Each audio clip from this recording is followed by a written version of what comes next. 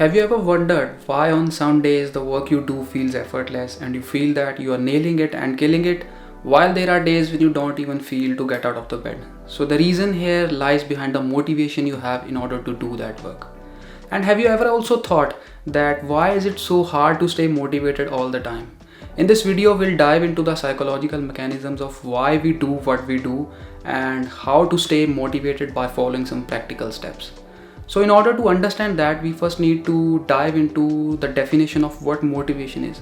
So motivation is the force that drives us to act. It is the reason why we get out of our bed. We pursue our goals, we pursue our dreams, ambitions, and aspirations. So by understanding how motivation works, we can boost our productivity, achieve our goals, and live a better and a fulfilling life. So in order to do that, we first need to understand that there are two types of motivation. First is extrinsic motivation and the second is intrinsic motivation. So in extrinsic motivation, an individual does a thing because he knows that he's going to get a certain reward or a certain goal if he does that activity. In extrinsic motivation, the activity in itself is not acting as a source of motivation, but the reward or the outcome that is associated with that activity is acting as the source of motivation. So an example of extrinsic motivation would be going to work to earn money.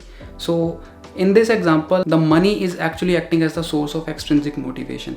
So the work you do is not the source of motivation, but the money that you're going to get after doing that work is acting as the source of extrinsic motivation. And secondly, there is intrinsic motivation. In intrinsic motivation, an individual does a thing because he finds that activity enjoyable. And an example of that would be reading a book. So if you read a book, you don't have any strings attached to a certain goal or a certain outcome that is going to come after you read a book. So here the process of reading the book is actually acting as a source of motivation. So we have talked about the definition of what motivation is and also talked about the two types of motivation. Now it is time to dive into the three components of how motivation works and how it drives us to act in certain ways. So the three components of motivation are activation, intensity, and persistence. So in activation is the desire to initiate a certain behavior. It is the spark that ignites you to move from a stagnant to a dynamic position. So if you decide that you're going to put in 4 hours of study every day, that is actually acting as the activation here. So activation is acting as the decision or the desire that you're going to initiate a certain behavior and you're going to take steps in order to achieve that goal. And secondly, there is intensity. Intensity is the amount of effort or the work that you're going to put in. It depends on your expertise and your level of desire. So if a person has high intensity, he's going to put in more hard work as compared to the person who has low intensity. Let me give you an example and explain this. If a student can grasp the things easily, he's not going to put in more hard work because his learning curve is different and he needs to put in less hard work, so the amount of intensity in this case is going to be less. Conversely, if a student cannot grasp the things easily, needs to put in more hard work, so the intensity or the amount of intensity in this case is going to be more than the person who had less intensity and who had a better learning curve. So in this, the amount of intensity depends on your level of desire and the amount of expertise that you have in that work. And thirdly, there is persistence. Persistence is the ability to stick to a certain task even when you face adversities, failures, or setbacks. So simply activation and intensity cannot guarantee that you're going to be successful in a certain task, because majority of the people give up during the course of action because they face challenges and setbacks. So persistence is actually acting as the deciding factor or the X factor that is going to decide whether you're going to get successful in that certain task or not. So if we talk about chronologically now, activation is the desire that gets you started, intensity is the amount of work that you initially put in, and persistence is the ability to stick to a goal and put in the strenuous work even when you face setbacks or failures. So we have talked about the three components of motivation. Now we are going to dive into a specific theory of motivation, which is expectancy theory of motivation. So expectancy theory of motivation states that if you are working towards a goal or if you're pursuing a goal, and if you are very sure or highly sure that you are going to achieve that goal, you are more likely to stay motivated to follow or to work towards that goal. But on the other hand, if you are not sure that you are going to achieve that goal, you won't be staying that motivated as you would be in the first case. So sometimes the expectancy theory of motivation is also called as the expectancy, instrumentality, and valence theory of model. So in expectancy is the belief that putting in the work will lead to better performance. Or in other words, if you believe that if you work hard, you will perform better. So a deciding factor in this would be self-efficacy. Do you believe in your ability to succeed? Let's talk about that with an example. If you are good at math, you might feel confident in solving a math problem. So that is expectancy. And in instrumentality is the belief that good performance will lead to a specific outcome or a better outcome. In other words, if you believe that you are performing well, you are always thinking in your mind that you will get a certain reward if you perform better.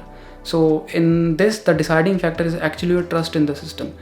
Do you believe that the reward will actually happen? And an example of that would be, if your boss says that you are going to get a certain reward if you perform well, do you believe in the system that that reward will actually happen? And lastly, there is valence. Valence is the value or importance that you associate towards that goal. Does that goal align with your values or desires? So sometimes that depends on the personal preferences of the people as well. So some people might prefer money, but some people might prefer peace. Some people might prefer recognition, but on the other hand, some might prefer flexibility. So it depends on the individual, and we can't be objective in that. So it is a very subjective point of view. So we talked about a specific theory of motivation, which was expectancy theory of motivation. Now we'll talk about the reasons of low motivation, or why people stay less motivated when they follow or work towards a certain goal. So first is all or nothing mindset. See, people tend to live their lives in extremes.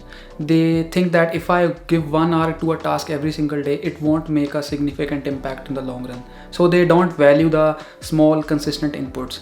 And on the other hand, people say that I don't have 4 hours to give to a task every single day because it is going to take a big chunk of time from my life. So they believe in the all or nothing mindset, and they will never follow the process of moderation, which is to give in specific small consistent inputs which will lead to a better compounding growth over time. And secondly, they believe in quick fixes. Most people think that achieving success is an overnight process, and they think that if I don't get the results in the initial 2 or 3 months, I just have to give up.